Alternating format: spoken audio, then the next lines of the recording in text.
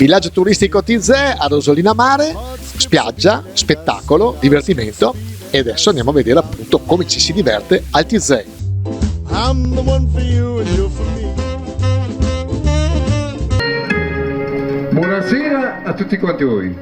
Stasera è con orgoglio e grande commozione che mi appresto qui ad invitare qui allo studio di Tele Tizè il più grande chef giapponese. Sei brutto! Guardami! Ma che? No, non ti voglio guardare. Miscia! No, fai il signore là, guarda, il signore. Guarda bene! Come sta bene? Miscia! Io sto bene, non voglio pisciare! Guarda, miscia!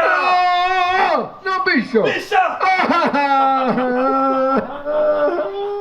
Ma non si ragiona, che è pazzo! Quello è un diavolo pazzo! No, il diavolo non esiste, voi siete un uomo vero, quindi siete più forte del diavolo. Allora lui arriverà e dirà, Pisce! e voi dite, Non piscio!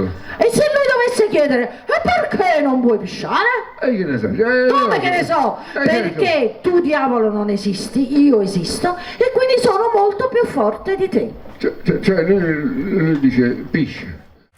Andrea e Paola, ospiti al Tizè, voi avete vinto anche Napulè con un pezzo di cabaret, siete ospiti qua al Tizè, naturalmente la domanda, come vi trovate?